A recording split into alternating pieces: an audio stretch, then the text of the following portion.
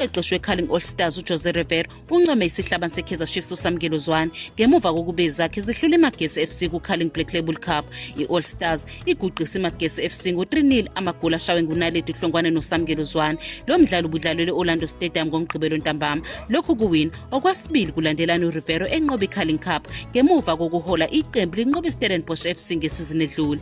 uRivero uzwakalisa ukujabula ngokudlala esiswini kukaSamkelo Zwane, uKhomolemo Kekana noNaledi Hlongwane. Uncoma uZwane ngomsebenzi wakhe ongenasici ebholeni nomsebenzi oncomekayo wokuvikela umdlalo usuzophela. uRivero uphinde wancoma uZwane ngokunika iqembu amandla okulawula isombe sesibili nokungawenza amaphutha ekubambeni ibhola. Uphinde wancoma imizamo kaZwane yokuvikela ngemizuzu yokugcina emidlalweni.